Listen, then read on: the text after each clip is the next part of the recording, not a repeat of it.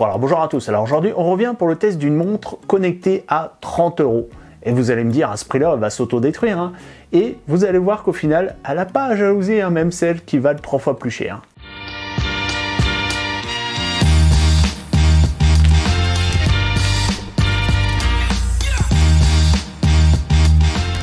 Donc on va tester un modèle de chez Ailou et c'est la Ailou RT. Sachant qu'il y a un modèle qui est sorti l'année dernière, qui a eu déjà pas mal de tests dessus, c'était la Ailou Solar. Là on va dire c'est exactement la même au niveau spec, il y a juste le design qui change, donc après c'est juste une histoire de goût, sinon on reste sur les mêmes prix. Hein. Donc on va découvrir ça ensemble et on commence tout de suite par le déballage. Allez c'est parti, on va faire un tour de la boîte. Hein. Donc ici on a le visuel de la montre et donc on peut voir que là par rapport à ce modèle c'est le design qui change au niveau du cadran. Ici c'est marqué Ailou RT. Derrière on commence à avoir des infos, donc comme quoi la montre est étanche IP68, qu'on a un tracking de 12 ports, qu'on va pouvoir monitorer quand on dort, qu'on va avoir un relevé de fréquence cardiaque toute la journée, qu'on a un écran TFT et qu'on a 15 jours d'autonomie. Donc là, le nom Ailou RT, donc la ref, donc c'est Ailou LS05S. Ici, la capacité de la batterie de 300 mAh, c'est une batterie Li-ion. On a une recharge en 5 volts. Les dimensions, on verra ça après, 45,5 par 12,4 mm. On est en Bluetooth 5.0, ça c'est une bonne nouvelle, et donc c'est compatible Android et iOS. Et en dessous, le contenu de la boîte qu'on va voir tout de suite. Allez, on ouvre. Bon, vous voyez, c'est pas folichon, je veux dire, j'ai vu mieux au niveau des présentations des montres, surtout chez Amazfit, ils font ça bien. Alors, bon, au final, j'étais médisant, on a quand même une belle présentation. Bon, voilà, c'est du carton assez simple, mais je veux dire, voilà. On va sortir la montre. Alors, on la met de côté pour le moment. On va regarder ce qu'on a sous la petite mousse. Ici, on a un manuel d'utilisation. Et là, bonne nouvelle, on a de l'anglais. Donc déjà, c'est bien, on n'aura pas à se battre avec le chinois. Bon après de toute façon, on va voir ça ensemble, un peu au niveau des specs et autres. On a un câble de recharge. Ici vous voyez en fait, vous avez des petits plots aimantés. Hop, on va sortir le câble. Ouais, on a allé 50 cm. Et puis c'est tout. On n'a rien d'autre. Alors, maintenant on va regarder la montre de plus près. Donc on va lui enlever, voilà, son petit sticker de protection. Donc là vous voyez un peu le pourtour avec, vous voyez, des petits ergots comme ça. Donc on est sur on est sur du métal. Là on est sur du métal. Ici sur le côté c'est du plastique. Sur ce côté là donc on a deux boutons physiques et derrière donc on a les différents capteurs et donc ici hop on va pouvoir tout simplement poser pour recharger. C'est bien comme ça, comme ça? Non, il n'y a qu'un sens. Voilà, de ce côté-là. Et puis, ça tient, ça bouge pas. Après, au niveau du bracelet, donc ici, vous voyez, vous avez des attaches rapides pour pouvoir le changer facilement. En plus, il n'est pas vilain. Regardez, vous voyez, il y a un petit design comme ça. Il est sympa. Et là, l'attache est... c'est du métal. Ouais, si, c'est du métal. Bon, maintenant, on va voir ce qu'elle donne au niveau des mensurations. Alors, au niveau du diamètre, on est 45,5 mm. Et au niveau épaisseur, elle est à 12,2. Voilà. Et au niveau du poids, on est à 49 grammes. Voilà. Bon, bah écoutez, maintenant qu'on a fait le tour de la bête, on va aller tester ça. Donc voilà, j'ai pu tester la montre pendant 3 semaines d'affilée. Je l'ai gardé H24 sur moi, sauf la nuit où je l'ai enlevé. Je l'ai gardé les premières nuits pour faire un tracking du sommeil. Après, je l'ai enlevé parce que bon, elle est quand même assez grosse. C'est pour moi, voilà, c'est personnel. On va dire, je préférais l'enlever la nuit. Sinon, je l'ai gardé sous la douche, par exemple. Au niveau étanchéité, vous voyez, aucun problème. Après, au niveau, tout simplement du confort du bracelet, pareil, aucun souci avec ce petit bracelet en caoutchouc. Et vous pouvez voir donc au niveau la durabilité, pas de problème, pas de rayures on va dire, parce que j'avais peur par rapport à la partie en métal qui est juste là, le contour, et aussi au niveau du verre, forcément c'est une montre qu'on paye 30 €, donc ça attend pas forcément à des matériaux de qualité, et au final vous voyez c'est très bien sorti, vous voyez, pas de rayures ou autre. Donc maintenant ce qu'on va faire, on va faire un petit tour dans les menus. Donc là vous voyez la watch face principale où vous retrouvez toutes les infos de tracking, aussi bien le rythme cardiaque, le nombre de pas, les calories et le niveau de batterie. Vous pouvez d'ailleurs modifier la watch face et pouvoir sélectionner une autre selon vos envies, et vous en avez d'ailleurs plus dans l'application, on verra ça plus tard. Après, vous slidez vers le bas et donc vous avez des raccourcis, donc les paramètres, le mode ne pas déranger, la luminosité, donc là c'est à fond par rapport à mes lumières de mon studio, sinon je mettais à moitié et donc on a une bonne luminosité. Alors c'est du LCD, c'est pas du AMOLED, mais on va dire en extérieur on arrive quand même à lire sans problème. Après, vous voyez, pour la navigation, en fait, vous pouvez faire soit des slides, donc pour revenir en arrière, soit appuyer sur le bouton qui est juste là.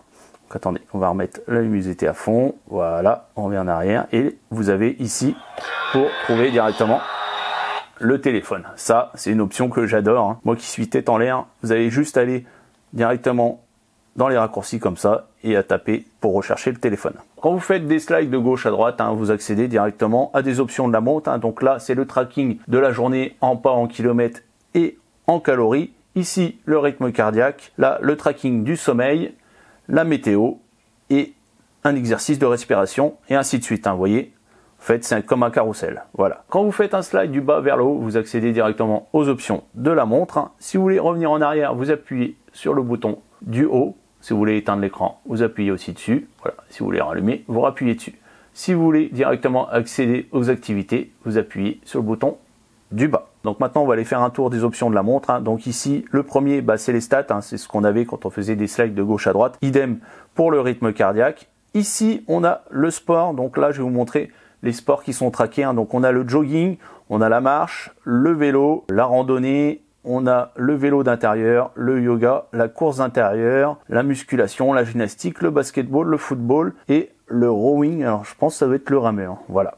Et donc pour traquer votre activité, vous appuyez dessus, vous avez un compte à rebours qui se lance et donc vous avez toutes les infos, donc le temps que vous avez mis au niveau de l'activité, les kilomètres, les battements par minute.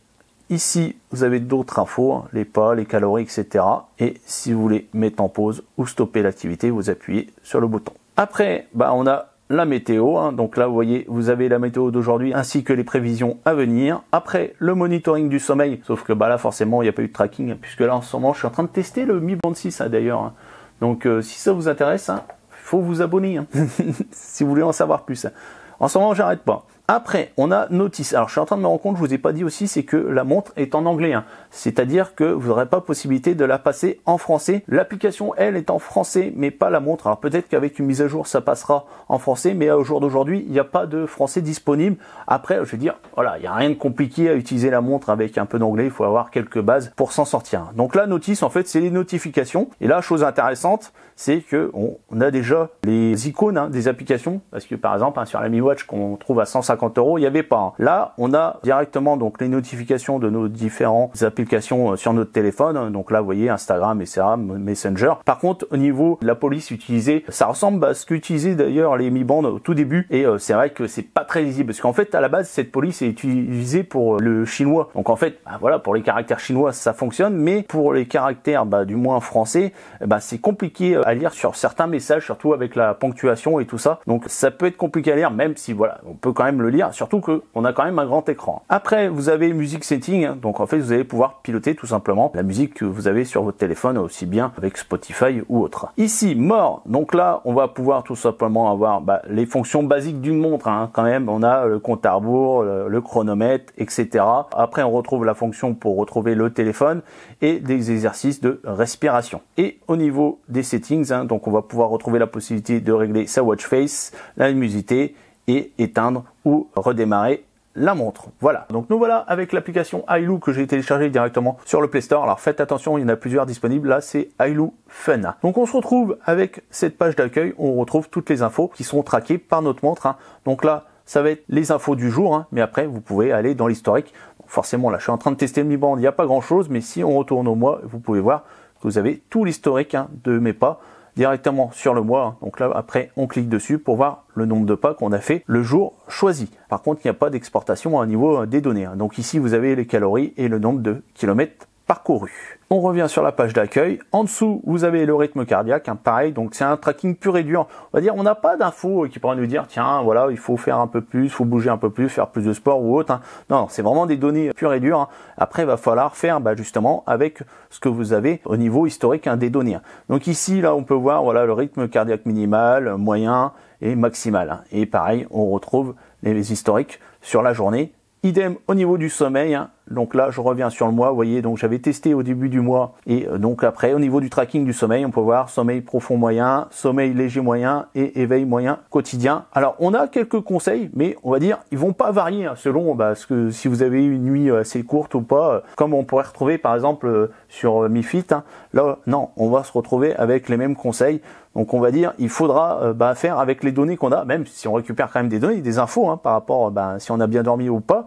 Enfin, du moins on va devoir le déduire, mais après on n'a pas d'aide, on va dire, qui pourrait nous encourager, par exemple, à dire tiens, faut aller se coucher plus tôt ou autre. Ici le SPO2 qui n'est pas disponible, puisqu'en fait la montre ne le fait pas, du moins n'a pas le capteur, et ici le poids que j'ai rentré manuellement. Après, on va aller dans l'icône de la montre qui est juste ici, et on va pouvoir rentrer dans les options de la montre. Donc là, on va pouvoir configurer son cadran, du moins sa watch face. Donc vous voyez, vous en avez quelques-unes. Bon, vous n'en avez pas beaucoup, mais vous en avez quand même déjà disponibles. Et vous allez aussi pouvoir personnaliser, c'est-à-dire vous allez pouvoir mettre la photo que vous voulez et aussi choisir la couleur de l'heure qui s'affiche. Voilà. En dessous, vous avez la détection du rythme cardiaque, automatique ou manuel. En dessous, la notification des applications. Donc là, vous allez pouvoir sélectionner les applis qui envoient une notif sur votre montre. Et ça, c'est vraiment un gros plus comparé à d'autres montres qui valent 3 fois plus cher. Là, à ce niveau-là, ça s'en sort très bien. En dessous, vous avez le mode de pas déranger que vous allez pouvoir activer manuellement ou automatiquement avec une plage horaire. En dessous, on a le réglage des alarmes,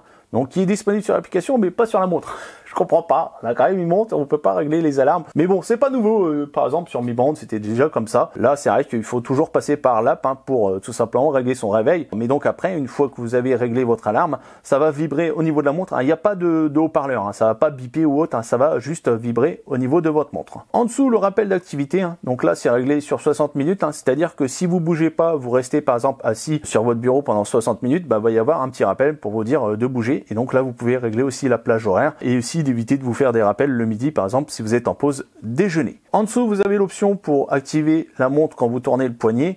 En dessous, vous avez la durée d'allumage de l'écran, par exemple, quand vous avez une notification. Donc 10 secondes, c'est très bien. Là, 5 secondes, c'est vrai que c'est assez short. Vous n'avez pas le temps de lever le bras pour lire la notif. Là, 10 secondes, ça va. Après, le mode de l'heure, donc en 24 et 12 heures, et la synchronisation météo, c'est-à-dire qu'en fait, il va détecter directement où vous êtes et vous donner les prévisions. Et en haut à droite, vous allez avoir la version de la montre ainsi que voir s'il y a des mises à jour qui sont disponibles. Donc maintenant, on va revenir à la page d'accueil. Et donc, vous voyez, en bas, vous avez 3 onglets. Donc, on a déjà fait la page d'accueil, on a l'onglet sport et mien. Donc, on va aller sur l'onglet sport au milieu. Donc ici, en fait, on va pouvoir commencer des activités. Alors, pourquoi on peut lancer des activités via l'application? Tout simplement, puisqu'en fait, quand vous lancez via l'application, vous allez avoir un tracking GPS que vous n'avez pas directement avec la montre. C'est-à-dire que si vous lancez l'activité avec la montre, en fait, il va y avoir un tracking des pas, etc., des calories, du rythme cardiaque, mais pas de tracé GPS. Il faudra avoir le téléphone et lancer directement l'activité avec le téléphone pour avoir un tracking GPS. D'ailleurs, vous pouvez voir, vous avez que 3 sports disponibles. La course extérieure, la marche et le cyclisme. Et donc à partir de là, vous voyez, vous lancez directement votre activité et après, il va y avoir quand même les données qui vont apparaître quand même au niveau de votre montre. Et pour retrouver l'historique de vos activités, vous cliquez en haut à droite, vous voyez, vous avez tout qui apparaît directement ici. Alors ce que j'ai fait une activité que j'ai lancée directement avec ma montre et directement avec le téléphone. Et vous pouvez voir déjà qu'on a une différence de tracking par rapport aux kilomètres parcourus, puisqu'en fait, la montre, elle va calculer, on va dire, par rapport au pas, que avec le téléphone, lui, il va prendre en compte le GPS.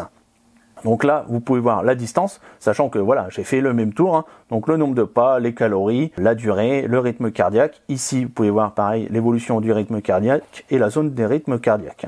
Et donc sur la deuxième activité, donc on retrouve les mêmes infos, sauf que quand vous descendez, vous voyez, vous avez la carte qui apparaît donc avec le point de départ et d'arrivée. Et donc vous pouvez voir, vous n'avez pas d'autres options pour exporter par exemple vos activités. Là vous pouvez trier, c'est-à-dire par exemple si vous faites plusieurs activités, si vous voulez voir que les activités par exemple de vélo ou autre, vous pouvez choisir directement ici. Donc voilà, on a fini avec la partie activité. On va aller sur le dernier onglet qui s'appelle mien. Bon, niveau traduction on repassera, mais bon je vais dire c'est pas le pire. Clairement, là, on arrive quand même à s'en sortir. Donc là, on se retrouve avec son compte. Et donc, une chose intéressante, vous allez dans configuration. Donc là, vous allez pouvoir par exemple choisir le système métrique, la cible de pas par jour, et ici donc avec service tiers, vous allez pouvoir connecter votre compte Google Fit directement avec Ailou et récupérer toutes les infos, le nombre de pas, de calories. Donc vraiment une option intéressante à ce niveau-là. Et en dernier, je voulais parler aussi de son autonomie. Clairement, c'est un de ses points forts, mais un très gros point fort dans le sens où elle va tenir 2 semaines sans sourciller. Alors après, ça dépendra des activités que vous faites avec. Forcément, si vous utilisez beaucoup, on va dire, si vous faites beaucoup d'activités, elle va perdre en autonomie, mais on va dire, vous pouvez largement tenir 2 semaines, voire même 3 si vous l'utilisez pas en activité, mais sinon 2 semaines sans sourciller à ce niveau-là, c'est vraiment un de ces gros points forts. Au niveau de l'autonomie, c'est même dingue, on va dire, pour quand même un si grand écran, on va dire, au niveau de l'affichage, elle tient très bien dans la durée au niveau de la batterie. Bon écoutez, je pense qu'on a fait le tour de la montre, on va passer à la conclusion. Donc voilà, c'est temps la conclusion. On va commencer par ses défauts. Le premier, c'est le fait que j'ai eu quand même quelques déconnexions au niveau de l'application pour les notifications par exemple. Alors je ne sais pas si c'est lié à ma ROM utilisée sur mon téléphone, à MIUI qui fait certains blocages, ou au final, est-ce que c'est l'application qui se déconnecte? Je pourrais pas vous dire. Alors c'est peut-être pas forcément de sa faute, enfin du moins de la faute de l'application on va dire, pour la connectivité, mais bon, je préférais vous le préciser quand même. Alors deuxième défaut, toujours lié à son application, c'est le fait qu'on n'ait pas de conseils par rapport au tracking qu'on a, aussi bien pour le sommeil ou pour les activités. Et troisième et dernier défaut, c'est sa police utilisée. J'ai connu ça d'ailleurs avec les Mi Band, c'est exactement la même chose. À la base, c'est prévu pour les caractères chinois et pas pour tout simplement afficher par exemple les caractères de ponctuation de notre langue. Et donc au niveau de ses avantages, déjà c'est son autonomie. Elle tient 15 jours sans problème. Vous pouvez même aller plus loin. C'est annoncé 15 jours, mais vous pouvez aller jusqu'à au moins 3 semaines. Ça dépendra forcément de l'utilisation que vous en faites. Alors deuxième avantage, c'est son confort. Donc au niveau du bracelet, pas de mauvais ressenti et aussi un confort visuel par rapport à son cadran. Clairement, vous allez pouvoir lire correctement vos notifications ou les infos qui s'affichent sur la montre. Et bien sûr, son dernier avantage, c'est son prix. Vous allez la retrouver aux alentours des 30 €, donc clairement un bon rapport qualité-prix. Donc si vous voulez l'acheter, bien sûr, vous avez tous les liens dans la description. Et si vous avez aimé, likez, partagez et surtout, abonnez-vous. Ciao, bye bye, à la prochaine.